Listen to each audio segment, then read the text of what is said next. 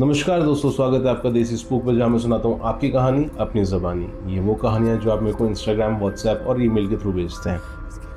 ये कहानी सुनाने का रीज़न सिर्फ एक ही होता है, ताकि आप लोग इससे कुछ ना कुछ सीख ले सकें, आपको समझ में आ सके कि क्या गलतियाँ नहीं करनी चाहिए। आज की जो कहानी है मेरे पास इंस्टाग्राम के थ्रू आई है। सुनाने वाले युवराज हैं, जो कि आगरा के पास के एक गाँव देव गाँव से बिलोंग करते हैं। देव गाँव में उनका पालन पोषण हुआ। ये पूरा किस्सा उनके साथ देव गाँव में हुआ। और अगर आपने ये कहानी पूरी सुन ली, मैं आपको लिख के दे रहा हूँ, आप इससे बहुत बड़ी बड़ी सीखें भी लेंगे और लास्ट का सुनने के बाद आप खुद डर जाएंगे। ये कहानी की शुरुआत होती है सन 2006 में। युवराज जो हैं वो देव गाँव में ही पले बड़े थे, पैदा भी उधर ही हुए थे। 2006 में वो अराउंड 10 से 12 साल के थे और उनके जो फादर थे उस समय उधर के सरपंच थे। तो उनका गांव में अच्छा खासा रुतबा था और वो वैसे उनका नेचर हमेशा से ऐसा रहा कि सबसे दोस्ती करके रहे। पर कई बार होता है ना कि एक थोड़ा घमंड रहता है, थोड़ा गुस्सा होता है अपने अंदर, अपने आप को बहुत ऊपर समझना होता है। तो वो थोड़ा सा उनके अंदर वैसा अहंकार था। युवराज के एक बड़े भाई भी हैं जो इस कहानी में बाद में आएंगे, जिनका रोल बाद में है इस कहानी में। अभी के लिए युवराज पे फोकस करते बताता हूँ। युवराज जब 10 से 12 साल के थे, अराउंड 2006 में, तब उनके साथ एक किस्सा हुआ था। वो अपने दोस्तों के साथ स्कूल से लौट रहे थे, तो उनके दोस्तों ने उसको ऐसे बोला युवराज को कि भाई तेरे में हिम्मत बहुत है, तू अपने आप को हमेशा हर जगह बड़ा बड़ा दिखाता है, तेरे में हिम्मत है तो एक चैलेंज कर।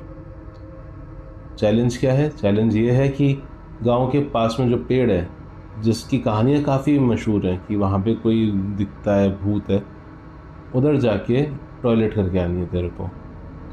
युवराज पहले थोड़ा डरे, बट उनको ये था कि दोस्तों के आगे अपनी उतरने नहीं दूंगा, मैं करके तो आऊँगा। अब इस घमंड में वो चले गए अपने दोस्तों के साथ उस पेड़ तक। दोस्त लोग तो पीछे खड़े रहे दूर। युवराज गए, पेड़ पे गए, जाके उधर वो कर दिया जो उन्हें नहीं करना चाहिए था। उन्होंने उधर यूरिनेट कर दिया। वो करके वापस आए एंड ऐसे ना गाली देते हुए दोस्तों को ऐसे कि अरे तू क्या बोल रहा था कि क्या नहीं कर सकता, कर दिया मैंने, देख, है ना, कोई भूत नहीं है, कोई कुछ नहीं है, कोई नहीं आया मेरे पास। युवराज के दोस्त लोग भी इम्प्रेस हो गए कि हाँ देखो कोई दिक्कत नहीं हुई, और ये कह के चल दिए। अब आप सोच रहे होंगे कि इसके आगे तो बहुत सारी चीज़ें हुई होंगी।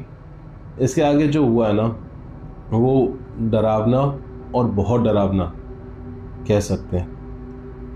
युवराज कुछ दिन तो ठीक रहा उनके साथ, कभी कोई दिक्कत नहीं आ रही, स्कूल जा रहे टाइम से आ रहे, बट उनके धीरे धीरे नेचर में ना चेंजेस आने शुरू हो गए। वो धीरे धीरे बहुत जल्दी गुस्सा होने लग गए थे। उनके घर वालों ने नोटिस किया कि कुछ टाइम से युवराज का नेचर थोड़ा सा बदल गया है, कि वो बहुत जल्दी गुस्सा हो जाते हैं। पर घर वालों को लगा शायद बड़ा हो रहा है, एक टीनेजर वाली उम्र है, तो होता है, एक फेज़ होता है हर बच्चे का। घर वालों ने कभी इसको उस सेंस में लिया ही नहीं था।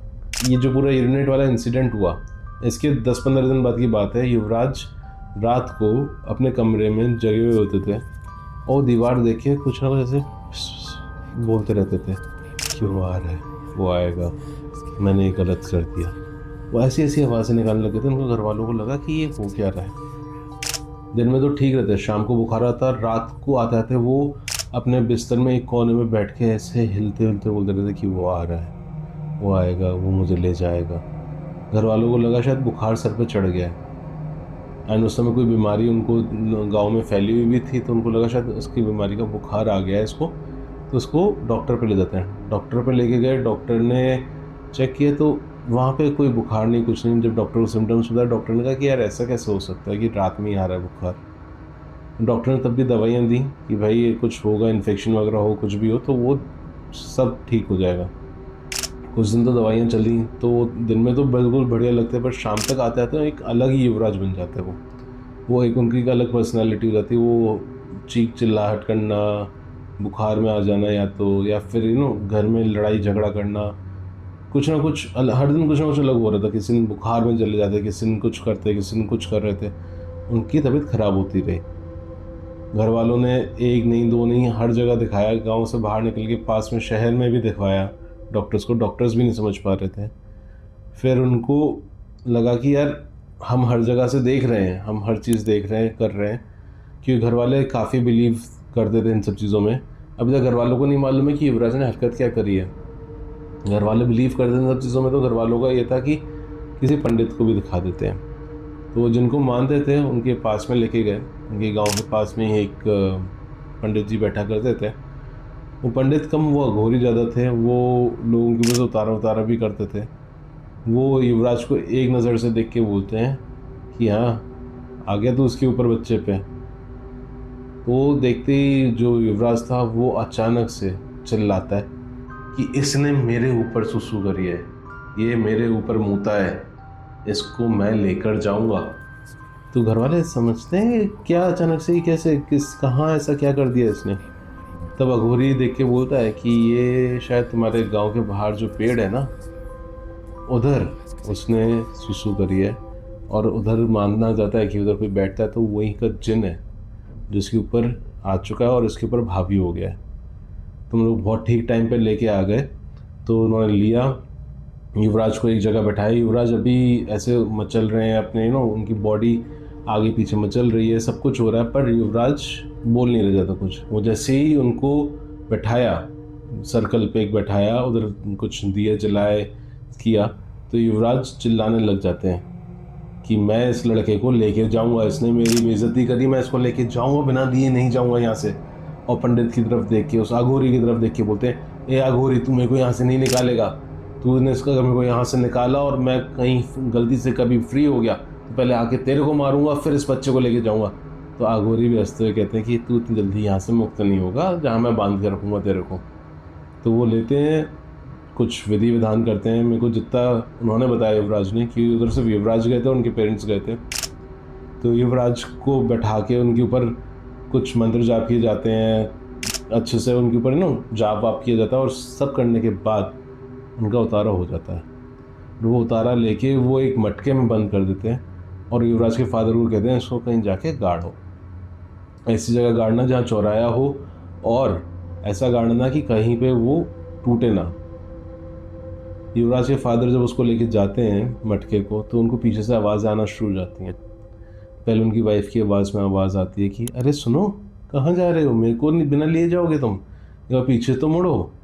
बट युवराज के फादर को मालूम था और अघोरी जी ने बता भी दिया था कि तुम्हें पीछे से आवाज़ें आएंगी। फिर उन्हें युवराज की आवाज़ आती है, उनके बड़े बेटे की आवाज़ आती है, और अलग अलग आवाज़ आती है। वो बिना पीछे ध्यान दिए चलते रहते हैं। थोड़ी देर वो गांव के पास में एक चौराहे पे पहुंचते हैं। थोड़ा ऐसा एरिया था जहाँ पे कोई नहीं था, वहाँ पहुँचते हैं और वहाँ पे जाके उसको गाड़ देते हैं और वापस घर आ जाते हैं। घर आते समय भी उनको आवाज़ें आ रही थी, बट थोड़ी कम हो चुकी थी तब तक। वो घर आते हैं, घर आने के बाद वो बताते हैं कि हाँ हो गया सब कुछ। इधर युवराज भी ठीक होने लग रहे थे, उनकी वापस वो सेंसेस आ रहे थे। युवराज को एक धागा बांधा गया। युवराज को बोला गया आज के बाद तुम ऐसी किसी जगह पे नहीं जाओगे जहाँ पे तुम्हें लगता है कि हॉरर है, या फिर तुम्हें मालूम है कि वो जगह हॉन्टेड है, कुछ भी है, तुम उधर नहीं जाओगे। और युवराज कहते हैं हाँ मैं कभी ऐसी कोई गलती नहीं करूँगा। आपको लग रहा है कहानी ख़त्म, बट नहीं। अब हर जगह का ही एक दस्तूर होता है, वो होता है अर्बनाइजेशन। गांव भी थोड़े बड़े होते हैं, उधर भी चीज़ें सही होती हैं। अब 2025 में उधर चीज़ें थोड़ी बेटर हो रही होती हैं, गांव थोड़ा बढ़ रहा होता है। जहाँ मटका गाड़ा था वहाँ से मटका निकलता है और वो निकलते में टूट जाता है। और आप सोच के देखिए कि 2006 की बंधी हुई चीज़ 2025 में निकल रही है। वो निकलती है, निकलती ही सीधा पहले वो अघोरी के पास जाती है। और उस समय तक अघोरी काफ़ी बूढ़ा हो चुका था। वो पहले तो अघोरी को ख़त्म करती है और उसके बाद जाती है युवराज के पास। अब जो ट्विस्ट है, ये जब कहानी मेरे को बताई युवराज ने, तब उनके ऊपर ऑलरेडी पोजेशन आया हुआ था, उनके ऊपर से उतारे चल रहे थे। ये कहानी तब उन्होंने मेरे को फ़ोन पे बताई, और जब उन्होंने मेरे को ये बताया कि उनके ऊपर पोजेशन आता रहता है, तो मेरे को बीच बीच में ना उनकी आवाज़ अलग अलग तरीके से साउंड हो रही थी। कि जब वो मेरे को कहानी बता रहे थे, उनकी आवाज़ नॉर्मल से भारी भी हो रही थी, ऐसी होती थी, ऐसी भारी हो जाया करती थी उनकी आवाज़, और वो बताते थे। तो जब उन्होंने मेरे को पूरी कहानी बताई तो मैंने कहा ठीक है मैं बताता हूँ, आगे बताऊँगा। तो जब उनसे फ़र्स्ट कॉल हुआ युवराज से, फर्स्ट कॉल किया, जब सेकंड कॉल के लिए मैंने 5-6 दिन बाद वापस युवराज को फ़ोन किया 2025 में, जब मेरे पास कहानी आई तब था अराउंड नवंबर की बात। जब मैंने वापस कॉल किया तो उनके बड़े भाई ने फ़ोन उठाया। उनके बड़े भाई ने फ़ोन उठा के बोला युवराज की परसों डेथ हो गई। और मैं शॉक में चला गया क्योंकि मेरे को लगा कि यार ये कैसे हो सकता है। तो पता चला कि युवराज के ऊपर पोजीशन बहुत ज़्यादा बुरा आ गया था। अघोरी जा चुके थे, उनको मंदिरों में लेके गए बट उधर से कोई उतारा नहीं हो रहा था।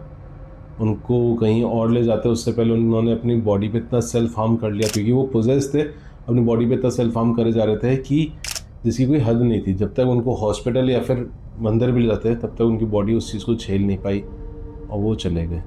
जाने से पहले वो यही बोलते गए कि देखो वो वापस आया और मेरे को लेकर चला गया। खैर, मेरा यहाँ पे ये स्टोरी बताने का सिर्फ एक रीज़न है कि मैंने पहले इसलिए कभी नहीं बताई ये स्टोरी क्योंकि मैं खुद बहुत डर गया था उस समय कि कैसे हो गया, कि खुद डर जाता है इंसान। अभी हाल ही में मेरे को वो स्टोरी याद आई तो मैंने सोचा वापस बतानी चाहिए ताकि लोग भी सीख सकें कि अपने पास रखूँगा तो वो गलत होगा। अगर आपको ये स्टोरी अच्छी लगी तो लाइक करना ना भूलें, कमेंट ज़रूर करें, हाइप करें वीडियो को, और अगर आपके साथ ऐसा कुछ घटा है तो आप मेरे को ईमेल कर सकते हैं, इंस्टाग्राम पे कमेंट कर सकते हैं, या फिर आप मेरे को डायरेक्ट कमेंट बॉक्स में भी बता सकते हैं। मैं खुद आपसे कनेक्ट होऊंगा, कहानी सुनूंगा और जानूंगा कि आपके साथ क्या हुआ और सुनाऊंगा इस चैनल पे। अंटिल नेक्स्ट टाइम, ध्यान रखें और सेफ रहें।